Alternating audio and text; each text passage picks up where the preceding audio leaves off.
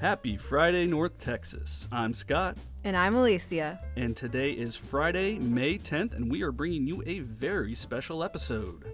That's right. We've got an extended interview with Dr. Neal Smatresk as he wraps up his final semester as UNT's president before officially stepping down this summer. And he's bringing out some fun stories that y'all don't want to miss. And? And what? Well, we normally have 3 segments. Well, that's what makes this one a very special episode. It's all Neal, from beginning to end. Okay, wow, that is special. But before we get to that extended interview, would you like to catch up, Alicia? You know what? We should catch up. Yeah, we should. Scott, UNT's second annual Day of Giving was last week, and they're still counting up all the donations. But we already know we beat last year's number. Yeah, that's so awesome. Way to go, Mean Green Nation. All those donations are going to make a huge difference for our students' success. And speaking of successful students, today happens to be the first day of spring 2024 commencement ceremonies. That's right. We want to give a big shout out to all our grads celebrating this weekend. We're so proud of you guys, and we can't wait to see everything y'all accomplish now that you've got your UNT degree under your belt. That's right. And next episode is going to be a special Great Grads edition of the pod where we'll feature a few of our newest alumni talking about the adversities they've overcome and their time at UNT. So we're really excited to share those stories with y'all next time around. In the meantime, we've got a guest joining us in the studio to set up today's special episode. Indeed we do. Back in February, UNT's president announced that he would be resigning from the presidency this summer after leading the university for 10 years. So our very own Cristiano Flores sat down with the man himself to talk about everything he and UNT have accomplished over the last decade and his plans and hopes for the future. Cristiana, introduce yourself to the people. Hi, everyone. My name is Cristiana Flores, and I've worked at UNT for about 1.5 years now as the Senior Communications Strategist for Presidential Communications. Obviously, I've worked pretty closely with President Smatresk in that role, so even though I was really sad when he announced he would be resigning as president, I was really excited to get this chance to talk to him one-on-one about everything from his favorite UNT memories to his favorite food to who his favorite Batman is. So I see you brought out the hard-hitting questions for this interview. That's right. I am not afraid to ask the tough questions. That's awesome. I can't wait to hear his thoughts on which Batman did it best. Cristiana, the president has always been a big presence on campus, and we get to see what he's like at events and stuff. But what's it been like working with him behind the scenes? It's been great. With Dr. Smatresk, what you see is truly what you get. He's genuine, and he honestly cares about the students, faculty, and staff. I remember when I had my interview with him for this position, I honestly felt like I was at home having a conversation with a family member. We joked and we laughed, and any anxiety that I had about the position and working with him disappeared, and it's been a great relationship ever since. I'll definitely miss him, but I am so blessed to have had the opportunity to work for him. I'm really glad I got to do this interview with him too, and I hope you all enjoy it. All right. We all know that sadly that you're leaving the president's role. So what are you most looking forward to on August 2nd?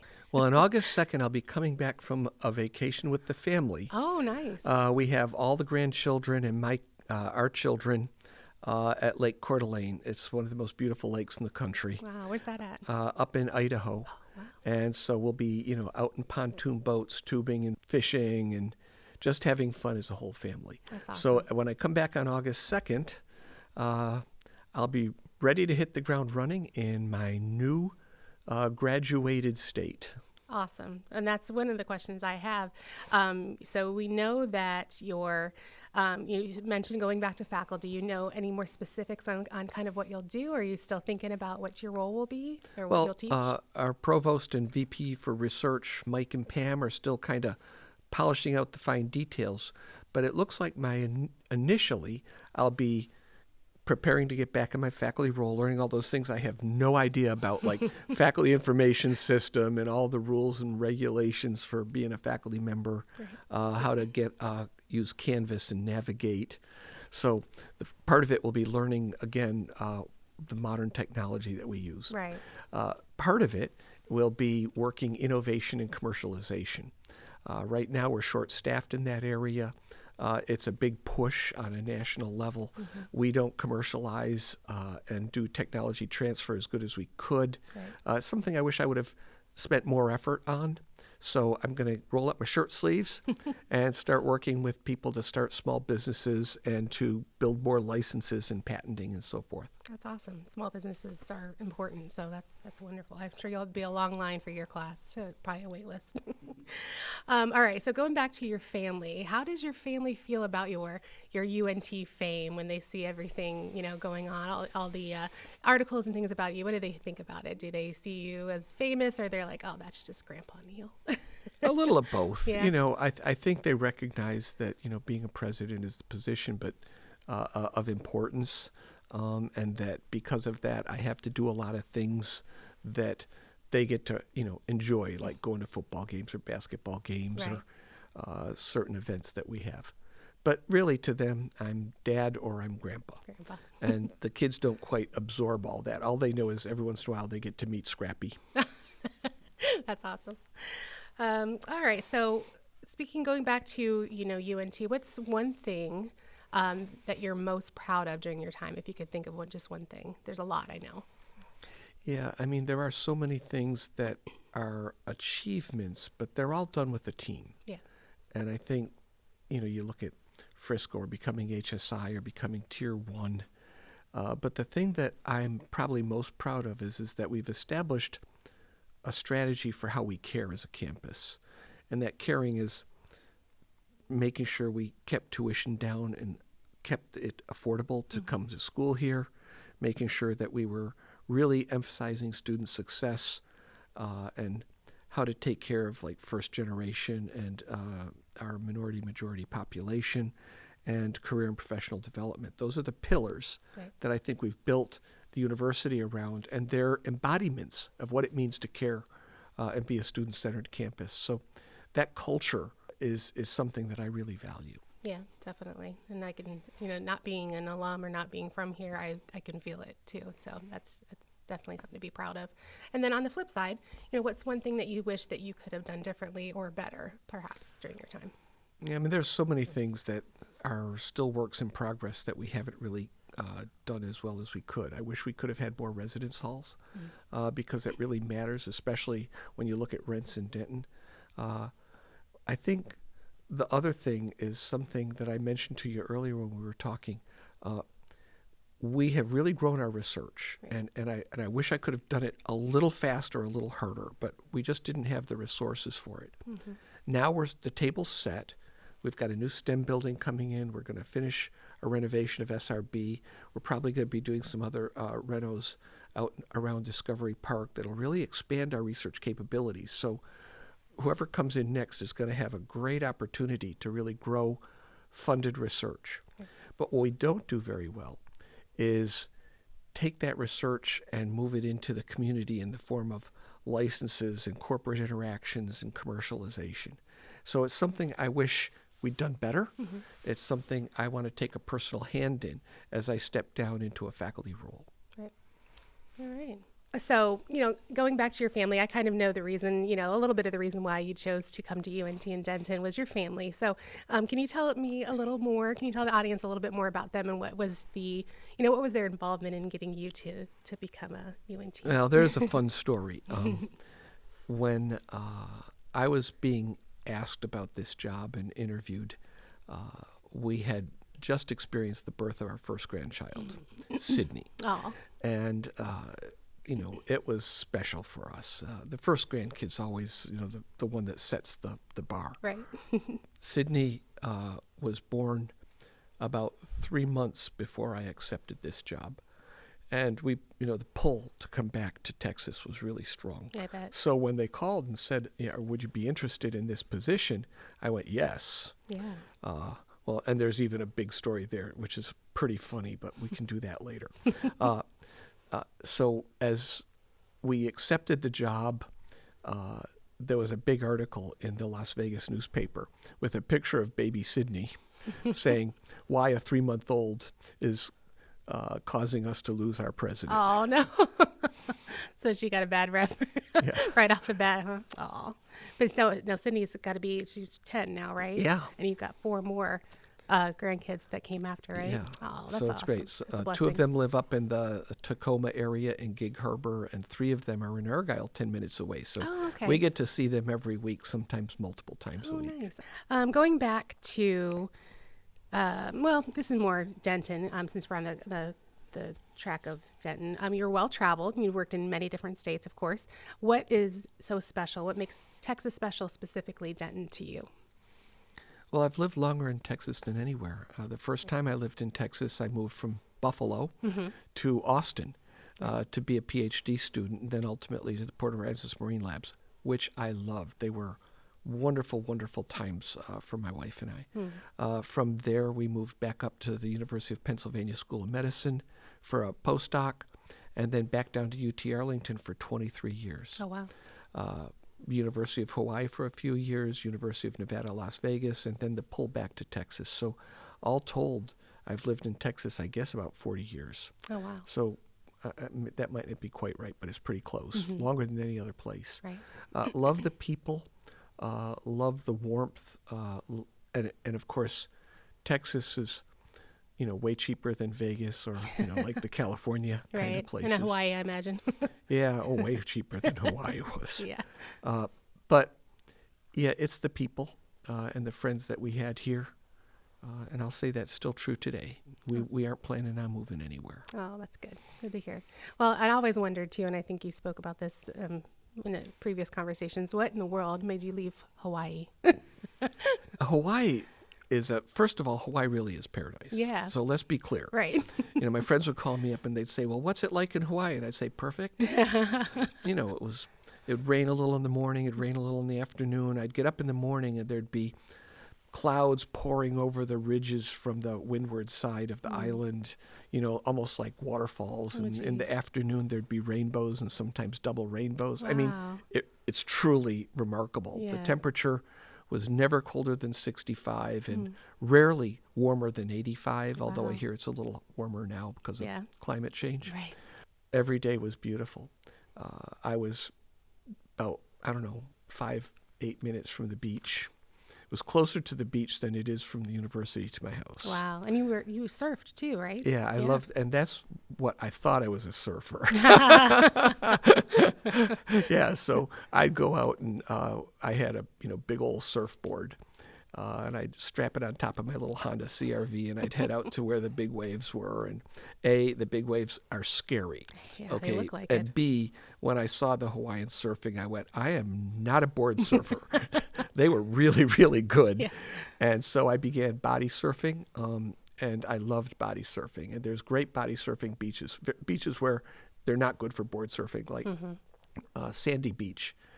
There's a joy to just you and the water and the wave Right. that I can't describe. It's a visceral feeling, and I would go back every single time I could and do it again. Right. Yeah. As far as Hawaii goes, it was probably the deepest, richest learning experience of my life. I Yeah. got to find out what it meant to live in a pluricultural environment. Japanese, Chinese, Samoan, Hawaiian, Haole. We were Haoles. And maybe most importantly, I learned a great deal about trust and networking. The networks there were very important in how the state was run. There was the Coconut Wireless, Oh. which was all the female administrative staff, and I don't want to say female in a totally gender-biased way, but that's what it was. And then the Samurai Network, which was the governmental administrative staff. And between those two networks, if you didn't know how to get along, you couldn't get anything done. Yeah. So it taught me a certain cultural humility in how I engaged, and it taught me that you don't get anything unless you are a good networker. Right. Samurai sounds pretty intense too. A little intimidating. It was intense. When I left, they made me an honorary Samurai Network. Oh, nice. Did you get member. a sword or anything? They gave me a little samurai Really? statue. Yeah, it was That's pretty cool. awesome. That's very cool. But it was a great experience, and I loved it. But in some ways, the turnover there was really high, and it was somewhat of a frustrating work environment. And they Right. tried to get me back multiple times to Yeah. be either chancellor or president. And I was like, I'm in a good place now in Vegas. This is okay. Thank you. Yeah. But yeah, it was good to move back to the mainland, and Vegas was an incredible gig. Right. Was your wife upset when you left Hawaii though? No, we were No? closer Okay. to the children. Oh, good, okay. Although, I'll tell you, when you live in either Vegas or Hawaii, they visit you all the I time. bet. Yeah, Everybody was exactly. visiting. You know, visit family and go on vacations. That's right. All right. So we're going to talk a little bit about career readiness. You've been a big proponent. We spoke about that a little bit for students, especially our first gen and our underrepresented population. So in your time, we've had, the Career Center, the main Career Center in Denton, and then we've had 2 new career centers open, the Wilson Jones Career Center at the G. Brent Ryan College of Business, and then also the Gupta Career Center at Frisco. So what do you think in terms of that the next president should focus on to continue that and keep up with this workforce that is so dynamic and so kind of unknown in the future? Well, there are several elements that really drove me to this. First, our campus is 40% first gen. And with a big first gen population, you have to do some more things because they don't necessarily come from familial backgrounds that know how to direct them to what the most current careers are. Right. That was a big driver. Even the simple things like how you write a resume, how you interview for a job, how you write a cover letter are things that are somewhat alien and not often taught in a lot of universities. So I had resolved that we were going to make sure our students had access to that and were pushed in that direction so that they could achieve more, especially in that first big job after college. Right. Although many of our students are working, have internships, and have jobs before they get to college. And that was another part of this, networking, internships, knowing how to negotiate salaries. All of that's important. Right. But what I'd say is the future of work is evolving rapidly. COVID was one of the evolvers, flexible work, remote work, people working more and more using technological assists. I mean, AI is going to be huge. Data analytics, huge. There's so many rapidly changing components to the job market now that while we give a great basic education, we also have to make people aware of where the world's moving and changing. Right.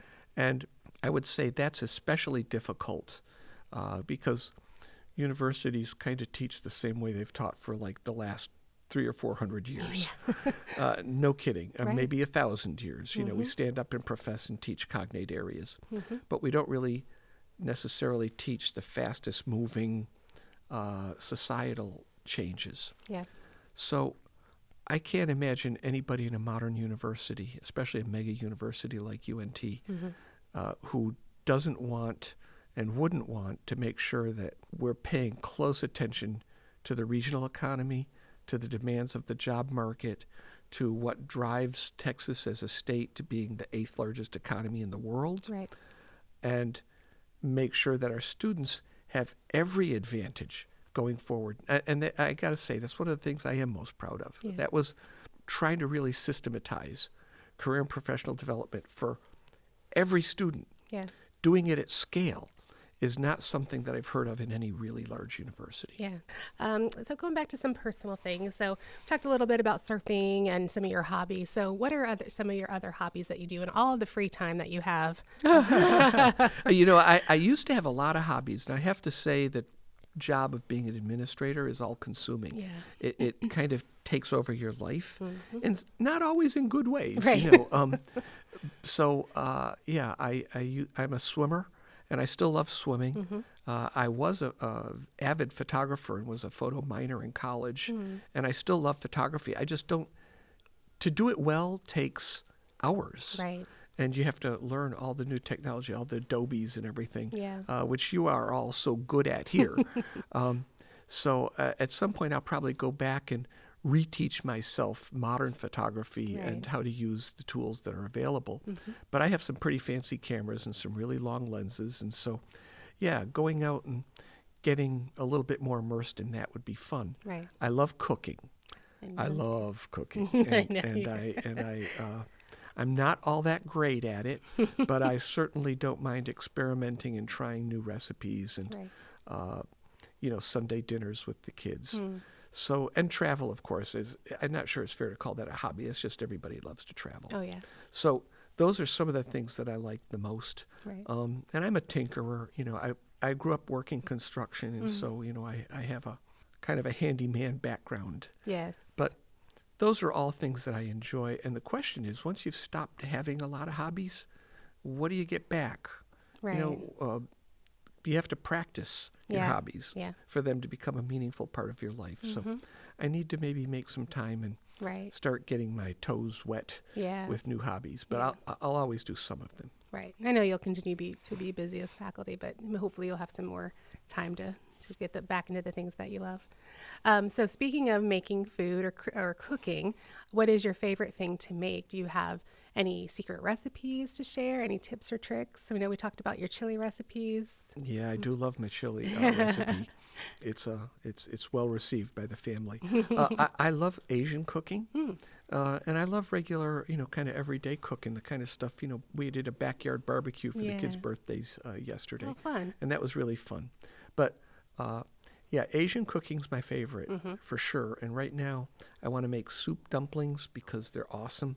I am really fond of soups. Like I make pho and ramen on a regular basis. I like stir fries. I like Korean style, Japanese style, Chinese style, Thai style. I make Thai style curries. So, Wow. those are all fun. Yeah. And of course, the good thing about cooking, why it's a hobby that I can still do as president, Right. is that it's short. Yeah. It has a beginning, a middle, and an end. Right. And you can get it done in a day. Right. It's not a 6-week long project. Or a 6-year-long project. I right. mean, there's so many things in higher ed that you do as a leader that seem to never end. I mean, retention. It's a continuous effort. Right. It isn't something that you go, yep, we did that today and we can stop. So there's so many loose ends in life that being able to do something that's complete and perfect in and of itself Right. is very satisfying and gives you a sense of accomplishment. Yeah, definitely. Now, so at home, I know you probably don't cook a lot during the week, and while you're busy, does Debbie cook, or does she appreciate when you can get in there and help her in the kitchen, or how Yeah, does that dynamic work? Debbie will cook sometimes, Oh, yeah? but yeah, we eat out more than we ought to, and she and I just talked. We've resolved to try to eat more healthy now. Yeah. Because when you eat out, you don't eat so healthy. Right. Well, that's good that you guys can maybe cook some more. All right. So going back to UNT focus, the students obviously are the reason we're all here. So what have you learned in your time here from the UNT students? What I've learned that's most important is that the student of today is no different than the students 20 years ago, 40 years ago, 60 years ago. And people talk about Gen Z and millennials and Gen Alphas and all the different generations. And yes, they do engage the world differently. Right. But why are they here? Yeah. They're all here for the same reason. They're all here to make a difference in their lives, to learn something that can carry them through and give them the skills that they need, and to change the world. Right. And I don't think that's changed. So I try to stick to the core, recognizing that each one of these generations wants to engage the world slightly differently. But the students are the secret energy that fuels me through a rough day. Yeah. I've always said a bad day with students is better than a good day with meetings or Board of Regents meetings. Right. Talking to them and hearing their hopes and dreams, the problems and challenges that they're facing is something that always motivates me. Yeah, for sure. And, speaking on what have you learned from students, what have you learned from the staff and the faculty too at UNT? Well, it's really timely that you asked that. We've been on a series of listening tours, which you know. Yes. And we've had a lot of them. I think we're like up to 70 some, or getting by the time we're done. The thing that I know is that they're here because they care about our mission and what we do. Right. And they care about the people they work with every day. Yeah. And so that caring attribute of our campus is the thing that I cherish more than anything. And it's not perfect. It's never going to be perfect, I don't think. But when I hear people say, I come to work because of the people I work with and because of what we do to change the lives of our students, Right. that touches my heart. Yeah. And I believe it's true. It's way more true here than any place I've ever been. And I hear people go, well, are we really caring? Everybody says that. Well, I've been to, let me think, Gettysburg College, University of Buffalo, University of Texas at Austin, University of Pennsylvania, University of Texas at Arlington, University of Hawaii, University of Nevada, Las Vegas, and here. Right. So that's 8 different institutions. It's so powerful and profound here compared to any of those other places that I want us to build on that Right. and really dig in to what it means to treat people as individuals and to listen to them and to honor and respect their wishes and to help them achieve their goals. Yeah. And I hear from our faculty and staff the same thing. That's what they're here for. You know, when you change people's lives and you get to interact with them like we do, Right. it really has a deep effect. And I think you don't want to do other things. Yeah, that's for sure. That's one thing that you mentioned, listening towards every single one mention about what they love is the people. And so then that's something that, you know, I can attest to too. We just had our staff picnic for UBSC, and we just had a great time. And it's just, you know, in being with the people that have this, you know, united mission about the, you know, UNT and the students, but we also care about each other. So it's great. Yeah. It's the connector. Yes, absolutely. All right. So talking again about food, because I haven't had my breakfast yet, so I'm hungry. What's your favorite place to eat in Denton or in North Texas and Texas in general? Do you have some like secret spots that you can share, or maybe you don't want to share because you don't want to? No, I have a few. I love Vietnamese food. And so I love Pho One and I love Pho Asia Star. Okay. They both make really great pho, but they also make great banh mi, thịt nướng, and the egg rolls and the spring rolls, summer rolls are so good. And that also inspires me. That's why I've learned to cook a lot of that. Yeah. I like Mi Casita. It's a great little Mexican restaurant. It's your classic Tex-Mex, and Yeah. it always delivers. Is that in Denton? Yeah. Okay. I mean, there's other great Mexican Oh, yeah. restaurants in Denton, Guanajuato, and some others, but the hole-in-the-wall places, Those are the I love best. them. Yeah. As far as other types of food around the area, I like 407 Barbecue and a few others, but I'll say I'm on the proverbial seafood diet. I see food and I eat it. And I like different foods. I Yeah. like things that really push the borders and the boundaries a little bit. Yeah. You watch a lot of cooking shows, I imagine, too, to get some inspiration. Love cooking shows. Yeah. Cooking shows are my empty calories of the brain. Right. Right. All right. So let's see. This is a fun one. Is Debbie looking forward to you having some more free time, or is she like, oh man? Yeah, I don't know. It's a little scary. I think she's looking forward to me stepping away from some of the demands of the university. Right. This may sound a little odd to you, but I've been in a leadership position a president for about 15 years, and leadership positions for, since 2004. So 20 years when I went to University of Hawaii. If you are a responsible person or if you're accountable to those you serve, you feel that pressure. Right. And leadership takes a lot out of you, even if you don't show it. I'm at the point where I think being able to back a little bit away from that and still have energy to do things I want Right. Will be good for me. Right. And I also think it'll create a little more time. I know Debbie and I want to travel more. Yeah. I want to see the grandkids more, and especially the ones up in the state of Washington. And being able to, as I begin to push the ripe old age of 73 here in a little bit, relax a little and enjoy the fruits of our labor. Right. Right. Well, speaking of your age, there's one question that you seem to be in really great health. I know you mentioned swimming. How do you take care of yourself? Do you have a fitness routine that you can share? And what's your secret to aging well? Yeah, well, I'm not sure I've aged well. I think you have.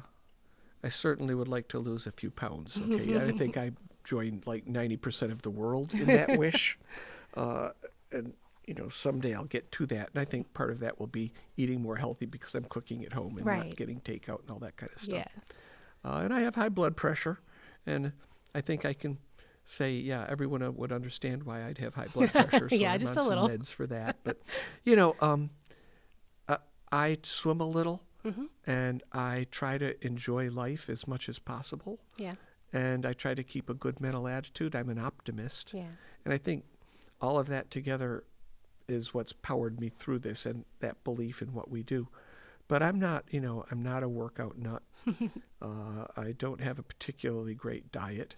So I'm not sure I'm the best person to go to for health advice. You want to get a Peloton and join me on the leaderboard on the bike? Yeah, no, not at all. I will say that maybe I come from a long-lived stock. My mother's 95. Oh, yeah. Her mother and father lived to 99 and 100 respectively. Right. So I'm kind of pulling on the genetics Good to genetics. carry me through. Right. That's awesome. All right. Thinking about all of the moments that have happened on campus, not just, the accomplishments, just thinking about the events, what has stuck with you in the 10 years you've been at UNT as the most memorable? What kind of event or moment on campus do you remember the most? Well, just pulling off last year, winning the NIT was so It was huge. cool. Yeah. And it was just amazing. We were all like goosebumps Cloud sitting on nine. the edge of our seats. Yeah. It was really a wonderful, wonderful experience. And being in Vegas to do it also was a little bit of a homecoming for me. But there's so many events I look at that were, and by the way, let's tell a funny story here. The first event I ever went to, I had been named president here in December, early in December, and I was going through my time where they announced me on campus and all that kind of stuff. Right. And we had at I was still president at UNLV. I wasn't officially president here yet. I'd just been named the next president. Oh, okay. And so right about 4 days after I got named publicly, it was announced that UNLV would play UNT in the Heart of Dallas Bowl. Oh, no. And I was like, wow, what are the odds of that happening? So I'm going to be incoming president of the one school and outgoing president of the other. Right. And ESPN calls. They go, well, we're going to have you do the coin flip, and you need to wear a red and green striped tie. Oh, no. So I got a red and green striped tie. We did the coin flip. And, of course, as everyone knows, UNT won. Oh, yeah.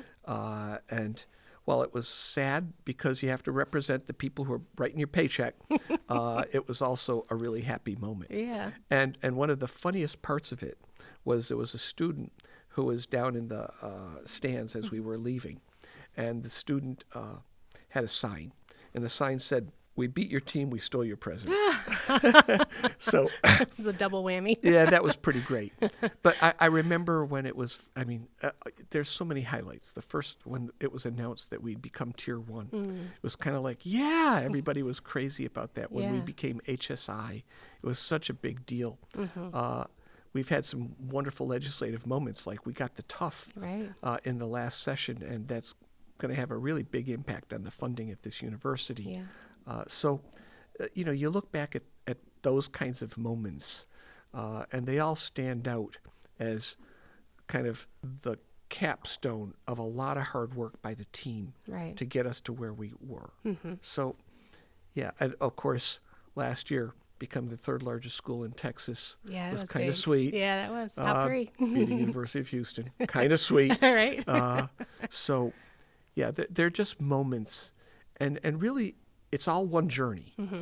But along the way, there's a few stops you make, Yeah. and celebrate. And so Right. there were many celebration points. Yeah. And I know that you're coming up, we're coming up on commencement already, and you've been through many, and this will be the last one as president. Are you getting a bit emotional? How are you feeling about I this? am. Yeah. I am. Aw. Yeah. Every event now Yeah. seems like this is the last one. Right. And, whether it's a staff sack lunch or whether it's Appreciation Day or this upcoming Friday, Faculty Appreciation Yeah. Day, where we recognize faculty. Faculty recognition is so important. Right. As the last one of every one of these, it's a little bittersweet. Yeah. I'm glad I'm moving on, but I'm going to miss the events. And, I don't know, it's going to be kind of weird, isn't it? Yeah. Like, they'll be having all these award ceremonies, and I won't be part of them. It'll be like, Yeah. hey, what's happened Right. here? So I don't know. It's going to be fun to see how I engage not being the president. Right. And I have a little anxiety over it. Yeah. And it is bittersweet for sure, because I'm very happy that you're, moving on and you're going to do some things that you love. But I will tell you that I will miss you. So a lot of people Well, miss the you. everyday thing, the people that I Yeah. get to work with and see every day, Yeah. whether it's my office staff or Mm-hmm. the cabinet or the faculty and deans, I've loved the connection that we've had. Mm-hmm. I've loved how we've achieved together. I give every credit for success to the team. Mm-hmm. And the failures, I'll own the failures. All right. So speaking of campus, I know there's a lot of cool spots on campus. Do you have a favorite one that you kind of maybe like to hide away and go and get away from the world, or just that you go to have fun on campus? Either, Frisco, of course, is a really I cool love campus. Frisco. Yeah, it's very I nice. really love Frisco Yeah. campus. I want to fill it up faster. Right. And again, I'm going to say we need a residence hall out there to really make Frisco fly. Yeah. But it's just so beautiful It out there, is. and the view is so wonderful that Mm-hmm. every time I go out there, it's like this was an idea, Right. and now the idea is a reality. Yeah. And it was a deal on a handshake deal kind of thing too that came about. How did Yeah, that- it was. It was pretty funny. Mayor Masso and Jeff Cheney. Mm-hmm. Mayor Masso had just stopped being the mayor of Frisco, and Jeff Cheney just started. Mm-hmm. And we were in a meeting, and I remember the first thing I said was, "What the hell are we doing here today?" Which Mayor Masso remembers and loves to tease me about. And at the end of the meeting, we all decided that Frisco needed and wanted a major university to be in Frisco. Mm-hmm. And so we did a handshake deal, and the handshake deal led to us getting 100 acres of land That's from the awesome. city of Frisco with options on 50 more Wow. to put up the facility. Mm-hmm. Also, along the way, allowed us to buy Inspire Park, and that's a great facility for us too. So that was fun and very memorable. So yes, of course, that spot's a spot I love. As far as the campus goes, I will say I love the Onstead Promenade. I love the fountain area Yeah. and the too. mall area. Every morning as I walk into Hurley Hall, I look out the big windows there by the grand staircase. Right. And the way the sun hits the fountain is just inspiring. Yeah. And I don't know if someone planned it, but it couldn't have been better. Yeah. It's beautiful. So, yeah, I really enjoy that as part of the outdoor areas that resonate with me. Right. But there's so many beautiful spots around campus. There's so many pretty buildings. To refresh myself, I will just go outside and walk around and talk with students. And so that's one of my favorite things to do. Yeah. Another spot I like is our student union. Me too. It's whenever I go in there, it's just so full of life. There's a lot of energy. Yeah, Yeah. there's a ton of energy. And it's almost like you can read the hopes and dreams of our students Right. just by walking through Yeah, it. or overhearing conversations about what they're talking about. Yeah. Mm-hmm. Yeah, I love the union too, and it's good food too. And speaking of the food too, the dining at UNT, it's amazing. So this is something that, number one college food in the country, right? Absolutely. Yeah, love We've it. proven it now every way you can. Yeah. Eagle Landing is kind of the pièce de résistance Yes. to this whole thing.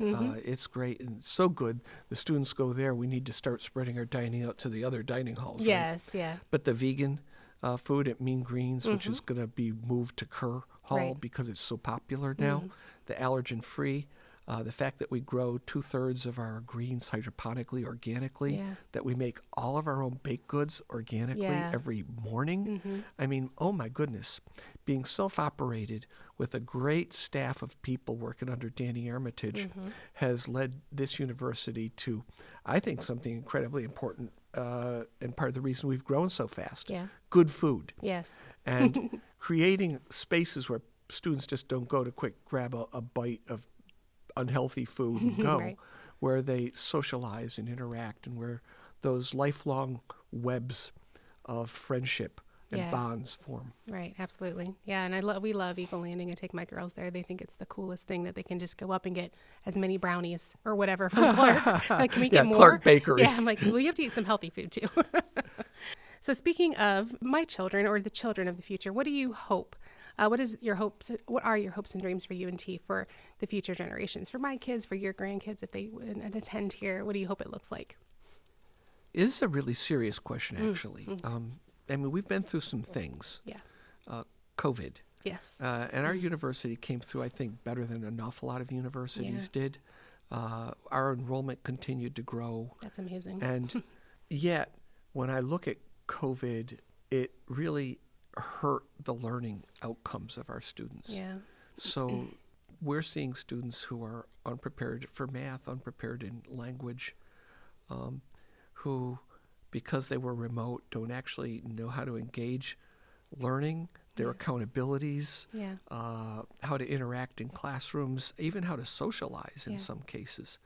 So on the negative side, we have to figure out how to deal with that. And I think we're really working on it. It's important because we can't just say, well, there's a generation of students and we'll just ignore them and see how that goes. You know, the world has to keep moving, and they need to be able to contribute in a valuable way. Right. But that's our job. Yeah. Our job is helping students find a path and then learning how they can contribute to the broader good of our region. Yeah. And so I don't think that'll change in 5 years or 10 years or 40 years. I think what will change is the specifics we use to get them there, the technology that we use to assist them, and the types of jobs that they'll be engaging. Right. But in general, I'm so optimistic for the future, and I think that the students we see coming through now are going to face a future that's radically different than the future that we faced, especially areas like climate change and global strife and the rise of autocracies. Yeah. There's going to be a lot of problems to solve. Right. I'd like to see us really move in the direction of being global problem solvers. Yeah. That's awesome. Well, I'm optimistic too, and I think the caring nature of this university will continue. It's something that I think it's ingrained into our fiber. So yeah, for sure. Yeah. Right. So one thing that I and everybody who's had the privilege of working with you and getting to know you is that you have a very caring nature. Speaking of that, where does that stem from? And just, I see you with students and just interacting, and you're genuinely caring about the people that you work with. Where does that come from? It's just not something that you can make up and fake. I think I've had it all along. It's certainly been part of my academic career from the beginning. Yeah. When you see people who have ability, and all they need is a little push or a little support or a little nudge, it's hard not to give it to them. So I've always wanted to see the students I've worked with succeed and learn how to overcome obstacles in order to be successful. That's one thing I do care about. It's hard to say to any student, no, I'm not going to help you. Right. So the opposite of that is, how do you help as many students as you can to achieve at a high level? So now that you say that, I think part of it stems from the passion I had for learning myself. Yeah. I loved learning new things, and then I loved sharing that with the world around us. So I think it's just an extension. If you care a lot about learning, then you care that the people who are in your classes also learn and achieve. Yeah, absolutely. Do you have any, so you mentioned the funny story with UNLV and UNT at the game. Do you have any other funny stories that you'd like to share with our podcast audience? Yeah, I do. Okay. Okay, and this Can't one's wait. the funniest, okay, because it's not a story that most people know. I was at University of Hawaii. I was the vice chancellor, which is like the provost for academic affairs there. And I got a call from a headhunter. In fact, the same headhunter who's doing the search for the position now, Al Pimentel. And he goes, Neal, you're at University of Hawaii. You've done really well there. We'd love to see if you're interested in the presidency at the University of North Texas. And I thought about it. My son was still living in Arlington, and we had a house here still. And I was like, yeah, sure. So I went and I interviewed for the job, interviewed Board of Regents. C. Dan Smith and others were on the board at that time, and interviewed some other groups. And everyone went, wow, Neal could do a good job for us. And I was kind of the last man standing. Oh, wow. And then I met the chancellor. And my wife and I were there. We were supposed to have lunch with the chancellor. And he basically said, I'm really busy, don't have time, see ya. Not very welcoming. Yeah. And my wife said, you did not get that job. And I said, you are right. So we went back to Hawaii, Yeah. kind of shrugged our shoulders, and he called us back again, did another round, and he goes, I'm not going to hire you.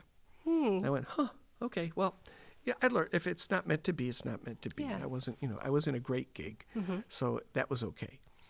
So I'm now at University of Nevada, Las Vegas, and I think I might be provost or brand new president. I think I'm provost, and I get another call saying, "Okay, we're doing a search again. We really want you in the search." I said, "Okay, well, let me know what's going on." Yeah. And they never called back. Gosh. Got ghosted. So I'm like, "What am I, chopped liver?" Yeah, really. Yeah, I got ghosted, completely ghosted. And so now I'm president at UNLV, and I get another call from Al, and I hung up. And he calls me again, and I hung up. And he calls me again and goes, don't hang up, don't hang up. And I'm like, what do you think, I'm stupid? Yeah. I mean, God, you guys have burned me twice. Right. Why are you even calling me? Yeah, and I said, he goes, no, we really want you. The chancellor, same chancellor, Lee Jackson, really wants you. And I'm like, well, if he really wants me, have him call me right now and tell me I got the job. Well, Because I've got a good job here. yeah. And he did. Oh, wow. And so that's kind of how that went. Yeah, that's It's funny. To me, it's a hilarious story. Yeah. And it just shows you the vagaries of how things go. But Yeah. at that point, when I came in, there had been 6 presidents in a 12-year span. Oh, wow. That's If a you lot. go back to, I think, Hurley. Okay. Yeah. So, yeah, they needed stability, and they needed someone who had experience. Right. Good track record. And so, I guess I can say I've offered 10 years of stability and progress. Yeah. And really, again, it's the team that does the work, but having a team with the same vision and leadership in place for an extended period of time Yeah. is where universities make their greatest progress. Right. And so I'm glad I said yes. Yeah, me too. And things worked out really well. Yeah, it's all about the timing too. Like you said, if it's not meant to be, then it just had to wait a little bit. So, all right. So I think I have asked all the questions, but I have a fun thing that I didn't actually share with you before the interview that I'm hoping that you'll be game for. It's called Rapid Fire.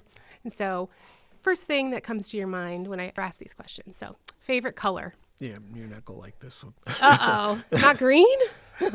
Yeah, green and blue. Oh, blue. Okay. All right. Blue's a good color.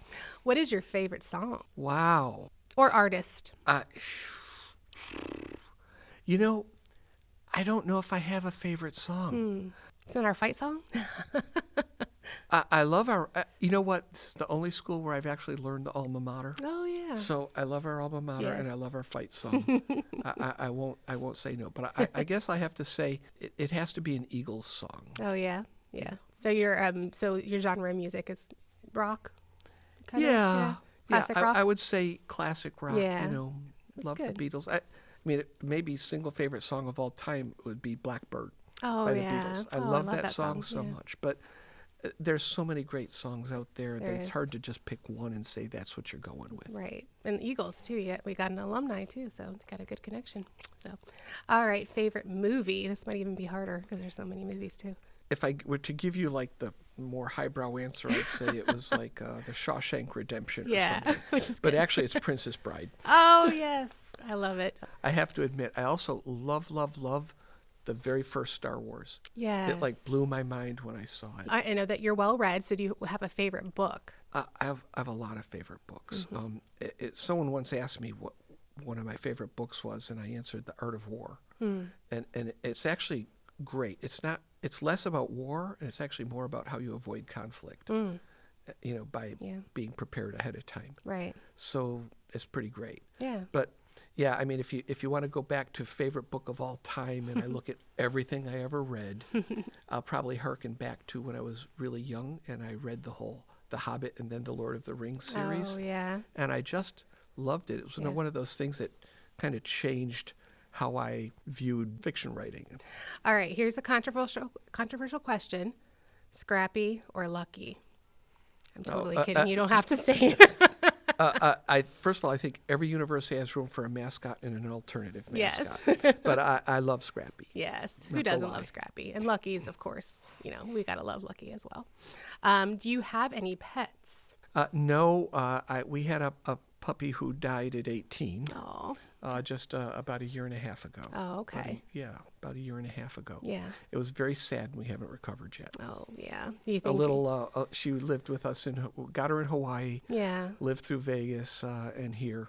That's a long time for a dog. That's a long yeah, life. kind of a Australian silky terrier mix. Aw. You think maybe you'll have room for another one? I'm soon? rooting for one. Yeah, I Yeah. want one of the doodles. I'm not sure which one. Yeah, I would love one, but I think, if especially with traveling and everything, sometimes it's hard, and I want to make sure a dog has the attention it needs. That's right. Because That's after all, definitely- they're very close to people. Yes, yeah. Okay. Coke or Dr. Pepper? Oh, Coke. Diet Okay. Coke. Oh, that's and such a good answer. not Coke Zero. Diet Regular. Coke. Oh, Diet Coke. Okay. Yeah. Okay. We're particular about that. Okay. All right. And we talked a little bit about this too. Star Wars or Star Trek? Oh, Star Wars. Yes, 100%. All right. What is your biggest fear? I'm not a fearful person in general. Yeah. I've done all kinds of crazy things that have resulted in many broken bones in my life. So clearly I haven't learned a lot of lessons. You don't seem to be scared of animals too. You've taken a lot of pictures of wild animals. Oh, so. sure. Yeah. I guess my biggest fear is that I let down the people around me. Yeah.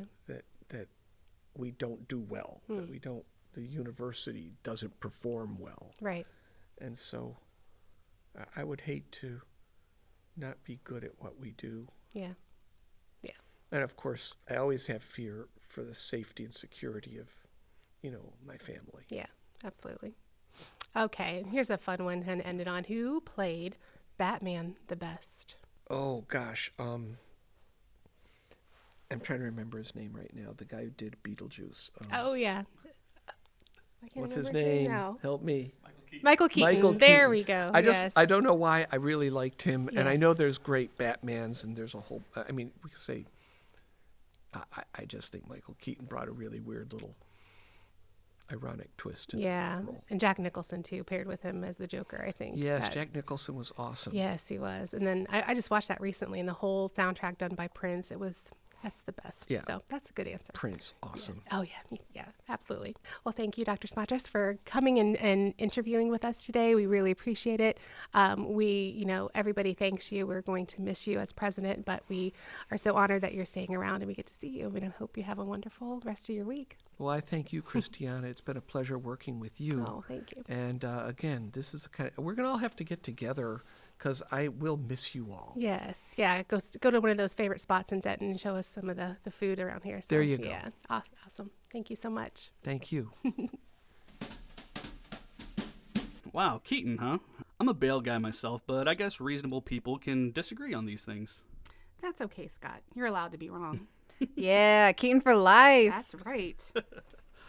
All right, well, I'm clearly outnumbered, so I'm going to slowly back away from the Batman debate and just say thank you for bringing us that interview, Christiana.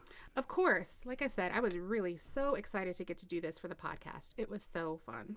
Yes, we always try to have some fun on the pod. And now it's time for our super fun Q&A. We were going to drop in one of our pre-recorded segments, but with Christiana joining us today, we thought we'd invite you to get in on the fun. Absolutely. Let's get into it. All right, well, in honor of all of our students who are graduating this weekend and will soon be embarking on new career paths, our question today is, what advice would you have for someone who's about to enter the workforce? I think that our graduates and our students have an amazing opportunity with the Career Center and the career coaches that have been implemented at UNT. That's something that I wish that I would have had when I went to college. And just because you're graduating doesn't mean that you don't have access to these things. So you can take advantage of it. The Alumni Association network, get integrated with different industries and different people. I think that's my best advice. Stay connected to the university. Use the resources available at the Career Center and through your career coaches and your advisors, and really just kind of get to know all different kinds of industries, all different kinds of people, and that will help you along your path. Yeah, networking is always good. Alicia, what do you got? I would say to keep your LinkedIn up to date and to be consistently connecting with fellow peers in your field, just to kind of be aware of what's going on in the industry. And yeah, I feel like that's helped me in my post-grad life. Yeah, that's good. Yeah, I don't know. Based on the jobs I've had, I would say my best advice would be try to be picky if you can. I know that's kind of a privileged thing to say, and sometimes you just need a job and you got to take what you can get. But if you can get kind of a vibe check of the place, make sure you vibe with the manager and the culture's super, super important. I've had a job that, wasn't a good culture fit for me, and it was really bad for me mentally and physically. So yeah, that'd be my biggest advice. Like, try to be picky, try to make sure it's a good fit, and don't settle if you don't have to. Sometimes you have to and you just need the paycheck, but be picky when you can. Absolutely. All right. Well, I think that was good advice all around. But listeners, if you have any career advice you'd like to share with our new grads, email us at podcast@unt.edu or call us at 940-565-4341. Yeah, let us know your best tips, and maybe we'll share them on the next episode with our great grad stories. That's going to do it for this episode. So until next time, Christiana, you want to do the honors? We hope you have a happy Friday, North Texas. And go Mean Green.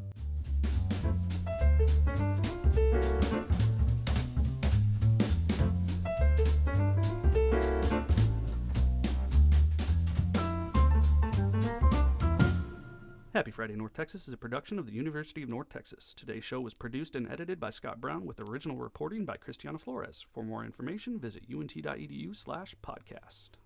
That's right. We've got an extended interview with Dr. Neal Smatresk. You did it, though. No way. You did it. I think you. Is there a way to cut right there before I clap my hands? Can I just say Dr. Neal Smatresk? I don't know, Alicia, can you? Definitely recording all this typing. Christiana? She's so scared. She's got PTSD now.